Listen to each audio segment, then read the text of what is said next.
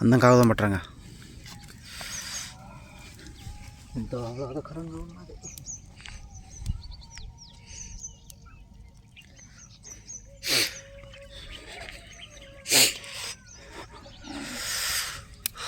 మా మంట పూర్తి అయ్యేసరికి సూర్యుడు కూడా వచ్చినాడు. చెప్పినాగా మేము సూర్యుడు